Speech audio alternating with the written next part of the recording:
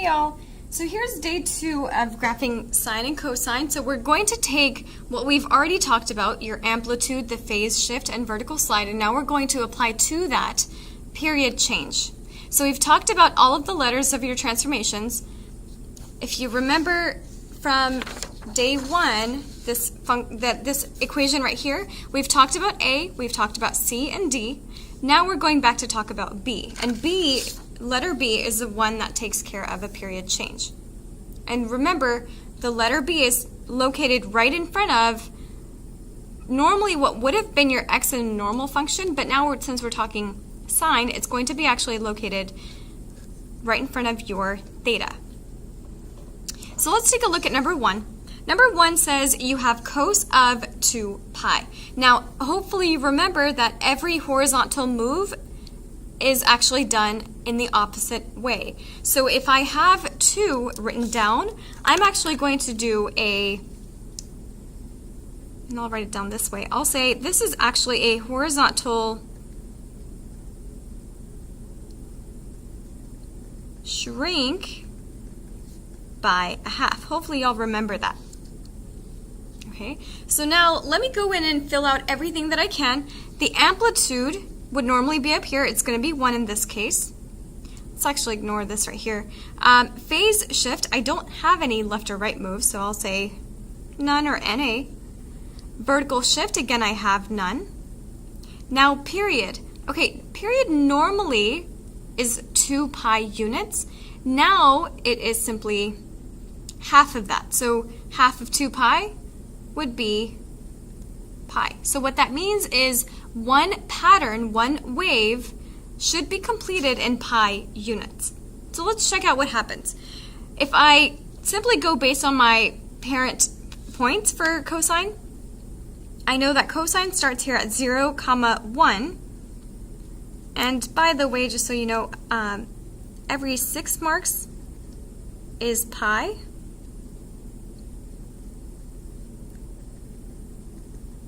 And every 3 marks, as we talked about earlier, is pi over 2. So then this is 3 pi over 2, and so on. So I know my first point is at 0, 1. Now I do have to shrink that by a half horizontally. Doing that horizontally is actually not going to go anywhere for that point. Pi over 2 is normally at 0, right over here. Now, because I'm at pi over 2, and that's my x value, a horizontal shrink will actually affect that.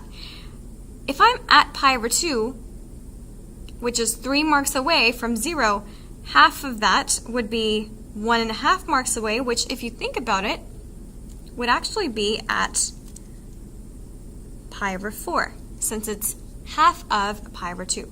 So your point would actually now be here after your horizontal shrink. My normal point for pi is at -1. Now after I do a horizontal shrink there, pi, or half of pi, is actually pi over 2. So there you go, there's your new point. 3 pi over 2, normally your point is at 0. Now half of 3 pi over 2, this is a little tricky.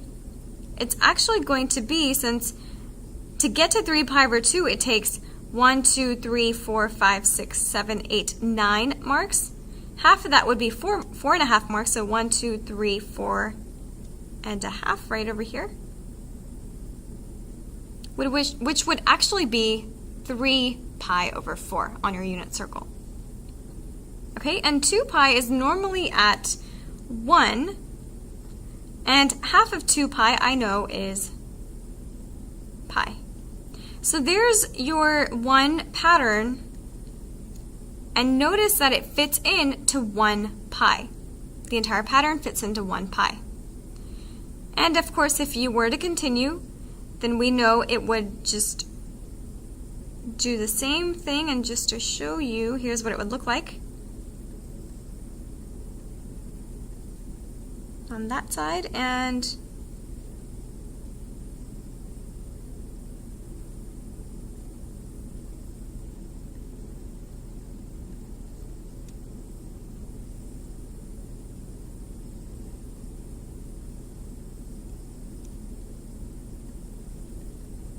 just like that. Okay, so now my domain I know is all real numbers because it does continue just like I showed. I know the range is from -1 to +1, and that hasn't changed. So there you go. Number 2 is asking for sine of a half theta. Now, because it says a half, I'm going to do the opposite, and I'm going to do a horizontal stretch by 2. Horizontal stretch by 2. I know my amplitude is 1. I know period will now be double what it originally is. Now, double what it originally is would be 4 pi.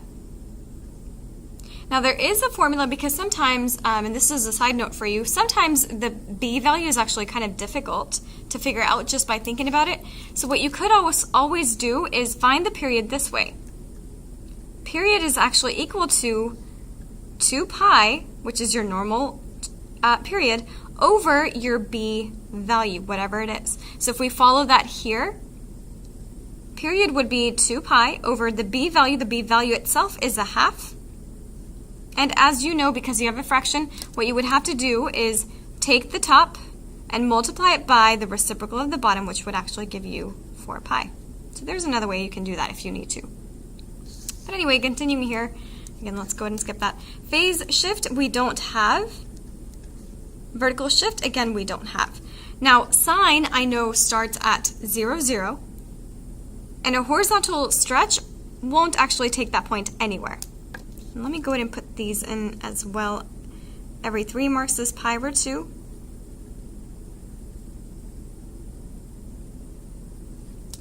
So, and then my next point would be at pi over 2, comma 1 normally. Now I know I have a horizontal stretch by 2. Pi over 2 is 90 degrees. Double that would be 180 degrees, which is the same as pi. So there you go.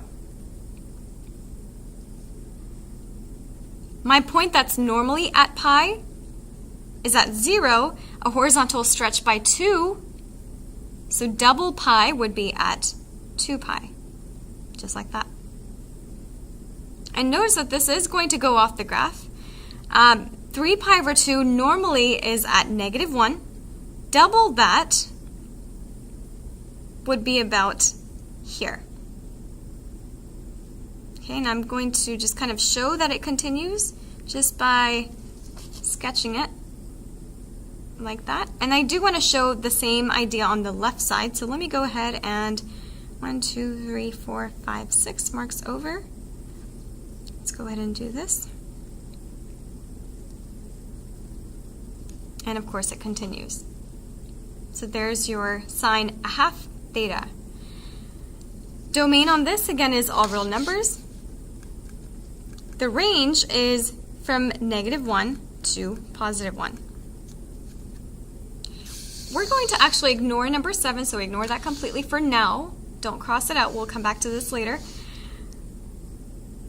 probably in class. On number 8, though, you have a few things that you have to take care of. Now let's go from, according to BHAC, so let's deal with the 2 first. So I know that tells me to do a horizontal shrink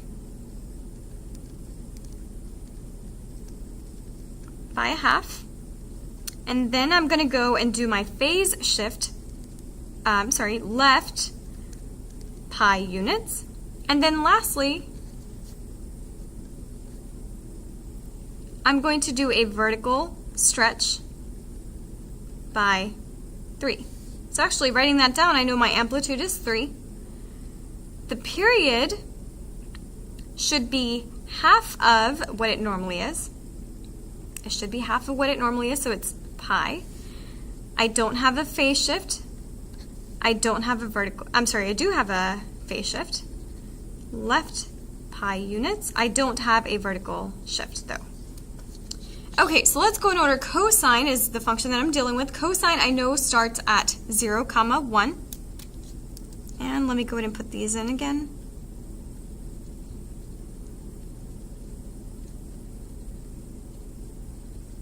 Okay, normally starts at 0, 1.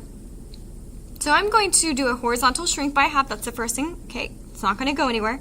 The next thing is to go to the left pi units. And then I need to do a vertical stretch by 3. So that point should now be at negative pi, comma, 3, which is all the way up here.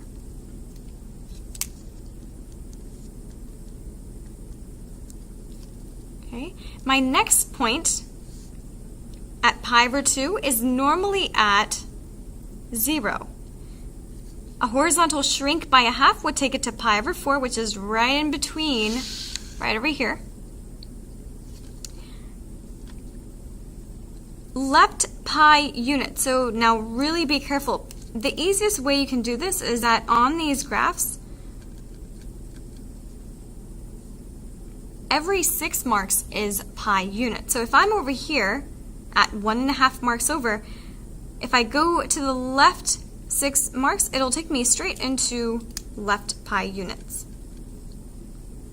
And maybe you can actually try to figure out where exactly it's at when we get there. So 1, 2, 3, 4, 5, 6 takes me right over here. And if you take a look at where that ended up, we're actually at negative 3 pi over 4 on the unit circle. Okay, so that's a left 4. Now if I do a vertical stretch by 3, it actually doesn't affect it, so there's my point right over there. My next point at pi is normally at negative 1. A horizontal shrink by a half will take it to pi over 2. Left pi units would be negative pi over 2, and a vertical stretch by 3 will take it all the way to 3.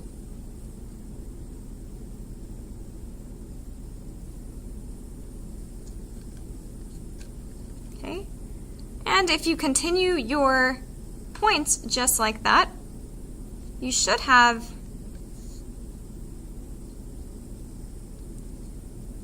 your curve that looks like this.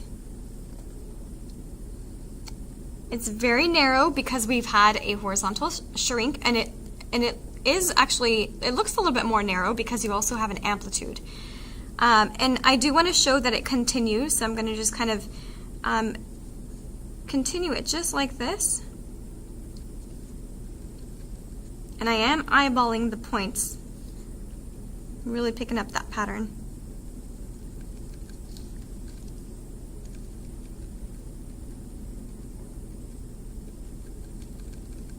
So there you go. Domain is all real numbers, and range in this case is from negative 3 to 3. So there you go.